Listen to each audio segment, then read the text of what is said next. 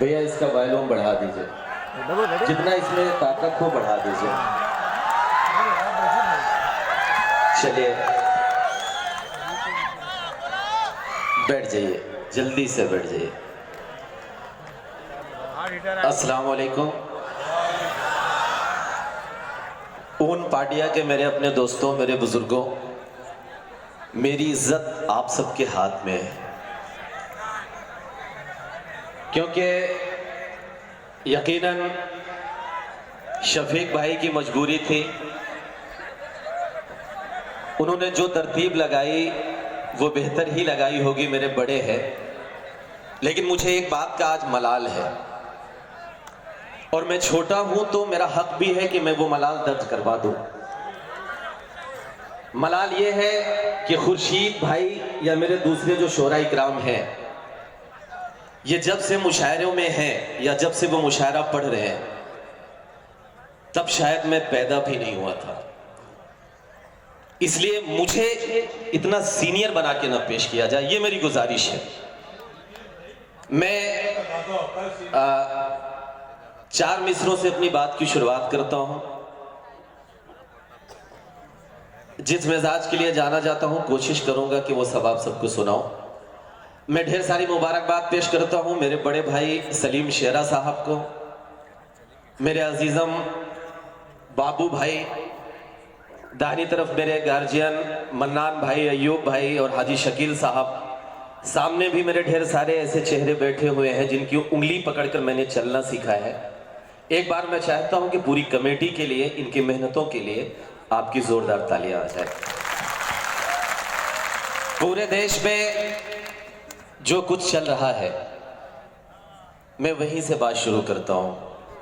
हालांकि ढेर सारी बंदिशें हैं आज मुझ पे। मुझे ये भी कहा गया है कि कलीम आपको ये नहीं पढ़ना है, ये पढ़ना है। लेकिन उन पार्टिया के मेरे अपनों, आप अपनी मोहब्बत से उन सारी बंदिशों को तोड़ दीजिएगा। मैं हाजिर करता हूं, सुनेगा कि खून बहे ना अपनों काब और न कोई दंगा हो।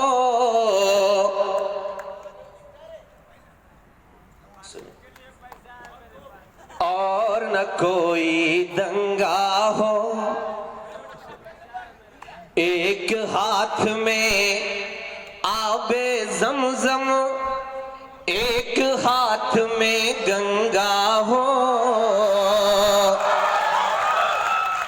एक हाथ में गंगा हो। जिसको जितना प्यार है देश से, ये वो ही जाने। लेकिन आज के मुशायरे का जो मकसद है, भैया इसका वॉल्यूम और बढ़ा दीजिए। ढेर सारे इल्जाम लगते हैं। अभी दिल्ली में चुनाव हुआ, कई ऐसे चेहरे आए जो आप पे इल्जाम लगाए, जिन्होंने आप पर ताने भी कसे, अगर मैं यूं कहूं जिन्होंने आपको गालियां भी दी। तब मैं पढ़ता हूं, एक सच्चा हिंदुस्तानी होने के नाते मैं गुजरात में एक शेर पढ़ना चाहता हूं, सुनिएगा कि खून बहे ना अपनों काब और न कोई दंगा हो। और न कोई दंगा हो। एक हाथ में आबे ज़मज़म, एक हाथ में गंगा हो। एक हाथ में गंगा हो। जिसको जितना प्यार है देश से, ये वो ही जाने। लेकिन जिसको जितना प्यार है देश से, ये वो ही जाने। लेकिन मेरा तो अरमान यही है, मेरा कफन तिरंगा हो।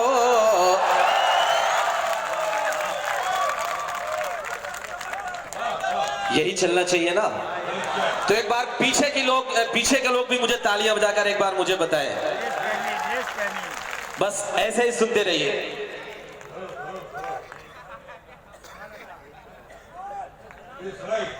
भद्रेश भाई, आप पीछे बैठे रहेंगे तो अच्छा नहीं लगेगा। सलीम भाई पढ़ो।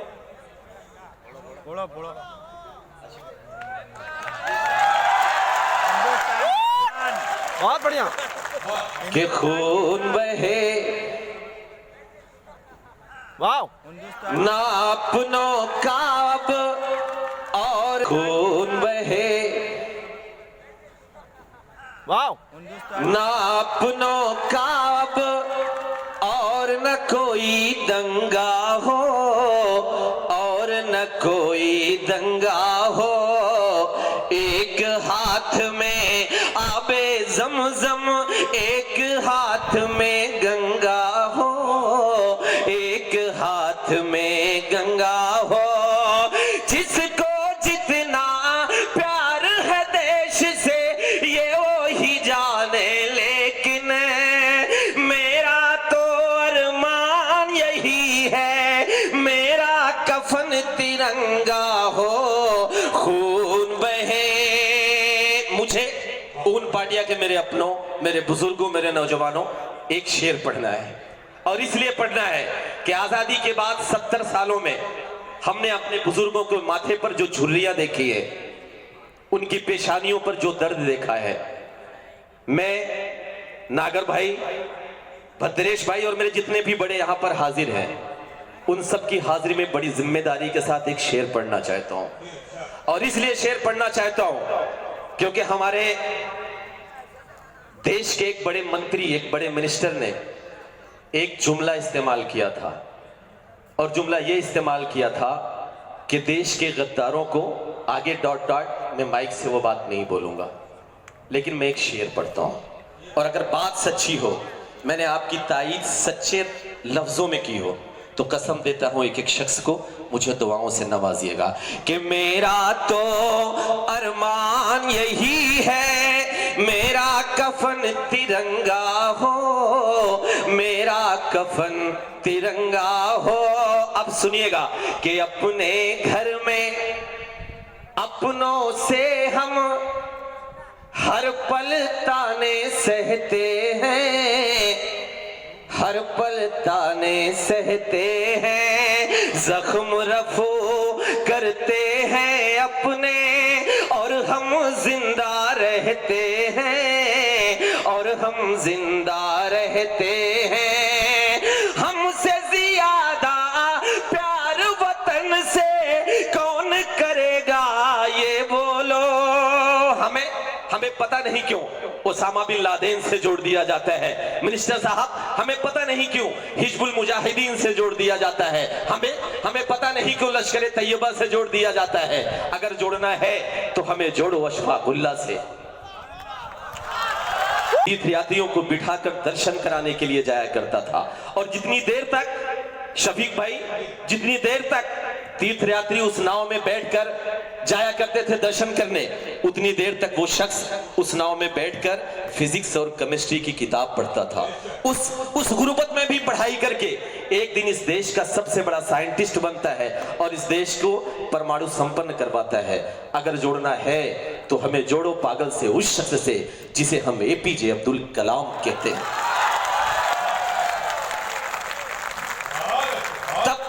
तब एक बात कहता हूं, क्या उन मंत्री साहब को ये बात नहीं दिखी?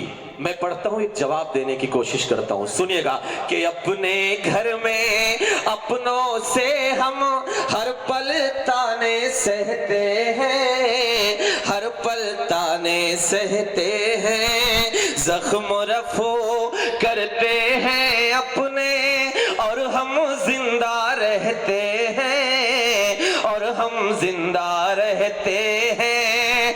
हमसे ज्यादा प्यार वतन से कौन करेगा ये बोलो, करके तयम्मुम इस मिट्टी से हम तो नमाजें पढ़ते हैं।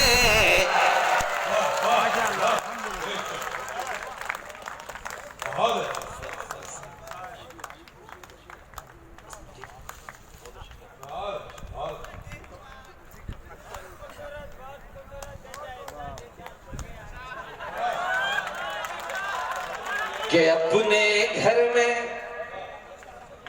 अपनों से हम हर पल सहते हैं, जख्म रफू करते हैं अपने, और हम जिंदा रहते हैं।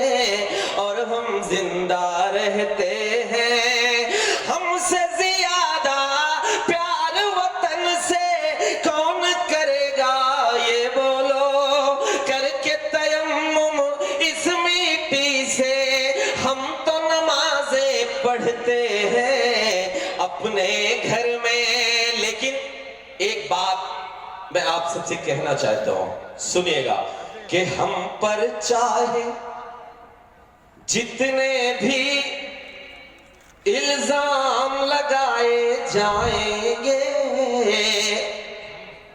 इल्जाम लगाए जाएंगे, आखिरी सांस तलक हम अपना फर्ज निभाए जाएंगे। पूरी महफिल इंशाल्लाह कहे कि आखिरी सांस तलक हम अपना फर्ज निभाए जाएंगे, फर्ज निभाए जाएंगे। इस मिट्टी से रिश्ता हमारा उस दिन ही अब टूटेगा, हश्र में जिस दिन हम अपनी कब्रों से उठाए जाएंगे।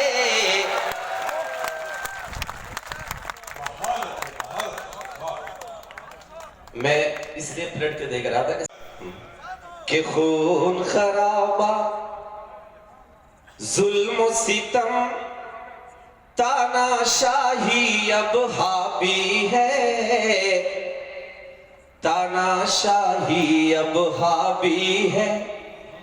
सहमा सहमा है हर मंजर, सबका दामन दागी है, सबका दामन दागी है। एक जुमला उछाला जा रहा है कि बिरयानी परोसी जा रही है।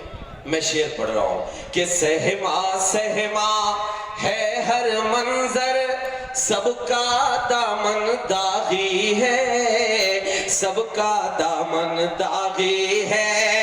हिंदू मुस्लिम सिख ईसाई सबका सपना कहाँ गया। ये कहा जा रहा है कि लोग किस लिए बैठे हुए हैं, पूरे देश में एहतजाज क्यों हो रहा है, अलग अलग इल्जाम लगते हैं। मैं बता रहा हूं कि एहतजाज क्यों हो रहा है पूरे देश में। पढ़ रहा हूं कि खून खराबा जुल्म सितम तानाशाही अब हावी है, तानाशाही अब हावी है। हिंदू मुस्लिम सिख ईसाई सबका सपना कहाँ गया, ढूंढ रही है नम आंखें वो भारत अपना कहाँ गया। खून खराबा कौन सा पढ़ता हूं सुनेगा कि जिस भारत की मिट्टी में आबे गंगा की अजमत थी, सुनेगा कि जिस भारत के सीने में हर एक की खातिर चाहत थी, जिस भारत के घर की जीनत मरियम अजमत सीता थी, जिस भारत के दिल में कुरान और होठों पर गीता थे, जिस भारत में नानक ने वहदत का गीत सुनाया था, वो भारत इकबाल ने जिसको रश के जना बताया था, जिस भारत की अज़ां में शामिल होकर शंखें बजती थी, जिस भारत की मूरत जुम्मन के हाथों से सजती थी, अशफाकुल्ला अशफाकुल्ला बिस्मिल का वो सूली चढ़ना कहाँ गया, सूली चढ़ना कहाँ गया। नागर साहब, एक शख्स मुसलमान और दूसरा ब्राह्मण एक साथ एक प्लेट में खाना खाया करते थे और एक साथ इस देश के लिए हंसते हंसते कुर्बान हो गए। तब पढ़ता हूं कि अशफाकुल्ला बिस्मिल का वो सूली चढ़ना कहाँ गया, सूली चढ़ना कहाँ गया। अशफाकुल्ला बिस्मिल का वो सूली चढ़ना कहाँ गया, ढूंढ रही है नम आंखें वो भारत अपना कहाँ गया। खून खराबा। इस नज्म का मैं आखिरी बंद पढ़ता हूं। बीच के नज्म में बंद में एडिट इसलिए कर रहा हूं कि वक्त मुख्तसर है। मैं जल्दी जल्दी अपनी बात मुकम्मल करना चाहता हूं, कई नज़में मुझे सुनानी है। इस नज्म का आखिरी बंद मैं इसलिए पढ़ना चाहता हूं अपने सभी बड़ों की हाजिरी में, क्योंकि मेरी एक जिम्मेदारी है और उस जिम्मेदारी को निभाते हुए मैं एक अपील आप सबसे करना चाहता हूं, एक गुजारिश आप सबसे करना चाहता हूं। सुनिएगा खुर्शीद भाई, आप सबकी दुआ चाहता हूं। वाहिद भाई सुनिएगा कि खून खराबा, खून खराबा के खून में डूबा मंजर देश की, चीख न बन जाए एक दिन ये अपनी तहजीब कहीं, तारीख न बन जाए एक दिन। खून में डूबा मंजर देश की, चीख न बन जाए एक दिन ये अपनी तहजीब कहीं, तारीख न बन जाए एक दिन।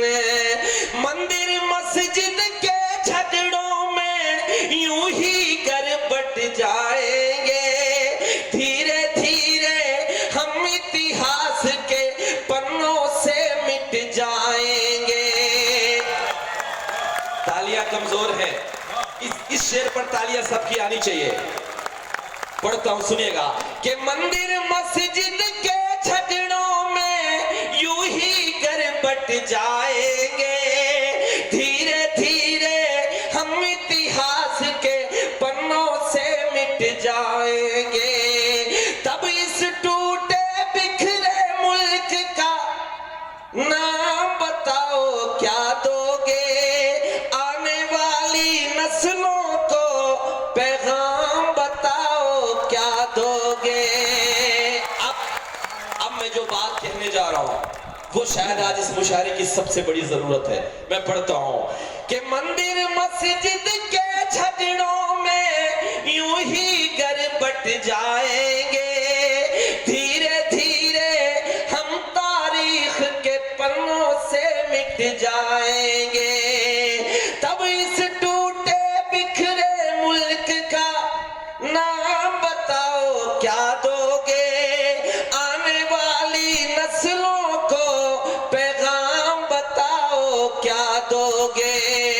पुरखों की इस मिट्टी की पहचान कहां से लाओगे। अब बताना कि मुझे बताओ फिर ये हिंदुस्तान कहां से लाओगे। काशी घाट पे, काशी घाट पे बिस्मिल्लाह का राग वो जपना कहां गया, राग वो जपना कहां गया। काशी घाट पे बिस्मिल्लाह का राग वो जपना कहां गया। ढूंढ रही है नम आंखें वो भारत अपना कहां गया। खून खराबा। दोस्तों बहुत बहुत शुक्रिया। एक बार